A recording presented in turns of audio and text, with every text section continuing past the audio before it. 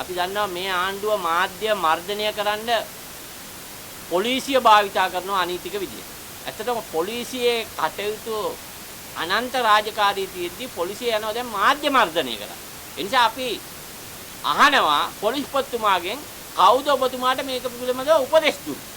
ඒ නිසා මේ ආණ්ඩුව බලයටපත් උනේ ජනතාවට ඇත්තටම බොරු කියලා.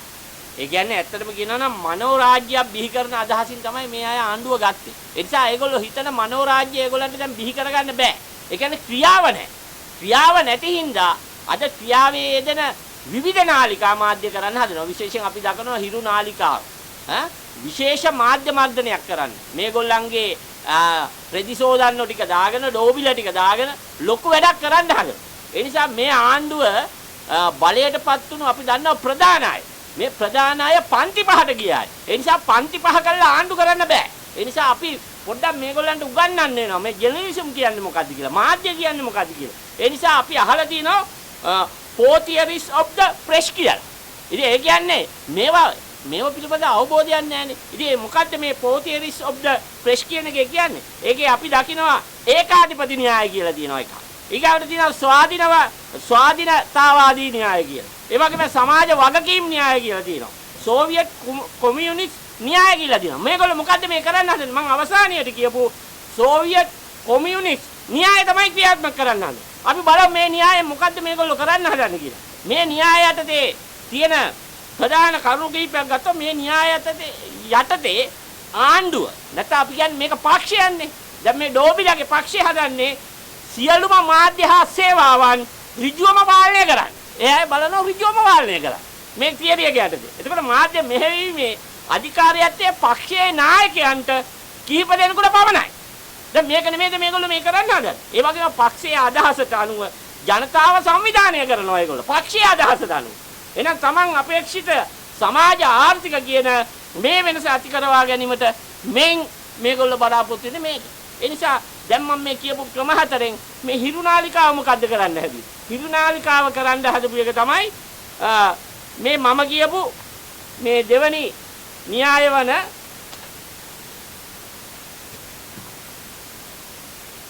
මේ සමාජවාදී න්‍යාය. මොකද්ද මේ ප්‍රෝසල් අපි දන්නවා සෝෂල් රෙස්පොන්සිබිලිටි තියරි. මේක තමයි මේ හිරුනාලිකාව කරන්න ගියේ. සමාජ වගකීම් න්‍යාය අනුව මාධ්‍ය කාර්යභාරය විය යුත්තේ ජනතාවට සේවය කිරීමයි. දැන් මේ සැබෑ අදහස් ජනතාවට ඉදිරිපත් කරන එකට මේ යායට ගැරන්ටියට භූමි තෙල් ගැහුවා වගේ වුණා. මේ වගකීම් මැනවින් ඉටු කරා හිරුනාලිකාව. ඒ නිසා මාධ්‍ය ආණ්ඩුවේ බලපෑමෙන් නිදහස්ව පැවතිය යුතුයි කියලා අපි කියන්නේ. ඒ නිසා මේකට බලපෑම් කරන්න එපා. ඒ නිසා මාධ්‍ය තුල විවිධ හඬට සහ සංස්කෘතික නියෝජනයන්ට විවර වෙලා තියෙනවා. දැන් මොකද්ද කරන්නේ?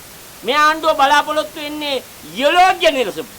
නැත්නම් අපි කියන කහ මාධ්‍ය කියලා. ඒ නිසා ඔබතුමාලාගේ මං හිතන්නේ මේ පක්ෂයේ හැදුනේ විද්වතුන් එක්ක. මේ විද්වතුන් එක්ක කතා කරන්න මේ ඕගොල්ලෝ විද්වතුන්ට පයින් ගහලා දාලා දැන් ඕගොල්ලන්ගේ තියරි ක්‍රියාත්මක කරන්න හදනවා. ඒ නිසා මේ හදන්නේ මාධ්‍ය මර්ධනය. ඒ නිසා අපි විදුලි පාවිච්චි කරන්න හැටියට කියන්නේ මේ බැනර් එකක් යටතේ අපි කතා කරලා ජනතාවට අවශ්‍ය දේවල් හෙළිදරව් කරේ මේ මාධ්‍ය. දැන් අපි දන්නවා මේ වෙලාවේ ගල්ලංගුරු බලාගාර 3න් ගල්ලංගුරු බලාගාර 2ක් කැඩිලා 3න්.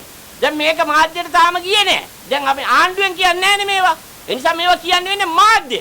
ඒ නිසා මාධ්‍ය නිදහසට බාධා කරන්න එපා. එහෙම වුණොත් අපි සියලු සිවිල් ක්‍රියාකාරීන් එකට එකතු කරලා මාධ්‍ය මර්ධනයට විරුද්ධව වැඩ කරනවා. ඒ නිසා ප්‍රවෘත්තියක් කියන එකේ අදහසවත් මේ ආණ්ඩුව දන්නේ. ඒ නිසා සිදුවීමක් කොපමණ අලුත් උනත් වැදගත් උනත් ප්‍රවෘත්ති අපි දන්නවා ප්‍රවෘත්තියක යෝග්‍යතාවය නැත්තම් නිවුස් වර්ත් එක කියලා කියනවා. ඒක හිරුනාලිකාව හොඳින් සිදු කළා. ඒ නිසා අනිත් නාලිකාවල් වල සිදුවෙන දේවල් ගැන අපි කතා කරන්න යන්නේ නැහැ. ඒ නිසා එක නාලිකාවක් දිහා දේශපාලන කණ්ණාඩිය දාලා මේ බලලා තියෙන්නේ. ඒ නිසා නිවුස් කියන්නේ මහ ජනතාවයි. මේක පක්ෂයක් වෙනුවෙන් නෙමෙයි. ඔබතුමාලාට පක්ෂයක් වෙනුවෙන් කරන්න තියෙනවා නම් අර මං කියපු හතරවෙනි න්‍යාය සෝවියට් කොමියුනිස්ට් න්‍යාය ක්‍රියාත්මක කරන්න පුළුවන්. ඒ නිසා අපි දකිනවා විවිධ මර්ධන රැලි තියෙනවා.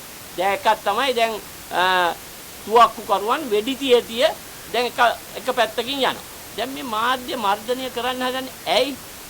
දැන් ජනතාවට මේවා දැක ගන්න තියෙන අයිතියනේ වහන්න හදන්නේ. දැන් මේ මොකද්ද මේකට පාදක උනේ? දැන් ගංජා ප්‍රශ්නයක් තමයි මේකට මුල් උනේ. දැන් ගංජා ප්‍රශ්නයට ඕගොල්ලෝ එක්ක කරන්න ගංජා නීතිගත කරන්නකෝ. අර කාන්තාවක් හිටියනේ ගංජා ගැන කතා කරන අන්න යාවගේ නල්ල උපදේශ දරගෙන ගංජා නීතිගත කරන්න. ඒ නීතිගත කරා නම් අද මේ മന്ത്രിතුමාට මේ ප්‍රශ්නය මතුවෙන්නේ නැහැ. ඒ නිසා පොලිස් නිලධාරීන් විලිලැජ්ජ සහගත ලෙස මේ මාධ්‍ය මර්ධනය කරන්න හදන්නේ කාගේ උපදේශපතද කියලා පොලිස්පතිවරයා රටට හෙළි කර යුතුයි. ඒ නිසා මේ පිළිබඳ පැමිණිල්ලක් තිබුණාද? කාගේ පැමිණිල්ලක්ද? මොකද්ද මේකට ප්‍රස්තුතය වුනේ? මොකද මේ අපි දන්නවා මේ වගකීම් සහිත මේ නාලිකා කිසිම ඒ අයට සාක්කියක් නැතුව මේවා ඉදිරිපත් කරන්නේ නැහැ. ඒ නිසා සාක්කිය ඇතුව මේවා ඉදිරිපත් කළා තියෙනවා. ඒ නිසා කියපු පළියට මේ විදියට පොලිස්පතිතුමා කටයුතු කරේ කිනම් අරමුණක් අරඹයාද කියන එක අපි සිවිල් ක්‍රියාකාරීන් හැටියට අපිට ප්‍රශ්නයක් හැටියට අපි මතුවෙනවා. ඒ නිසා අද රටේ ජනතාවට සත්‍ය ලෙස සැබෑ ලෙස ඒ වගේම ඉක්මනින් අද ප්‍රවෘත්ති දකින්න හම්බ වෙනවා සමාජ මාධ්‍ය වගේම මම අර කියපු සමාජශීලී විදියට සමාජ වගකීම් න්‍යායීතු කරන මේ නාලිකාවලට අත තියන්න කිසිම ඉඩක් දෙන්න බෑ කියලා සිවිල් සංවිධාන හැටියට අපි මේ ආණ්ඩුවට ඇඟිල්ල දික් කරලා අපි කියනවා. ඒ නිසා අපි දේශපාලන පක්ෂ මම හිතන්නේ සියලුම විපක්ෂීය කණ්ඩායම් සියලු දෙනා මේක රාසී වෙන්න ඕනේ මේ මාධ්‍ය මර්ධනයට එරෙහිව.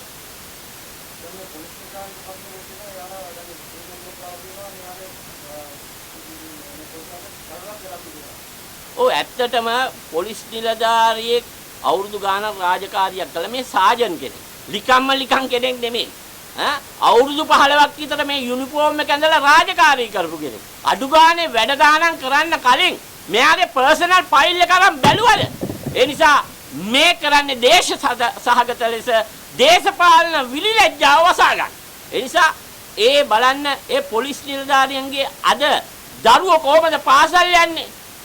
අද මානව හිමිකම් එකට ගියා මේ පොලිස් නිලධාරියා. අවංක නිලධාරියෙක් හැටියට අපිට මූණ දිහා බැලුවම උගේ කතාව ඇහුවම හිතන්න පුළුවන්. මේ දේශපාලන පරිගැනීමක් කරන්නේ පොලිස්පතිතුමා. ලැජ්ජයි. පොලිස් කොමිසම වහාම මේ ගැන ක්‍රියාමාර්ගයක් ගන්න කියලා අපි පොලිස් කොමිසමට කියා සිටිනවා.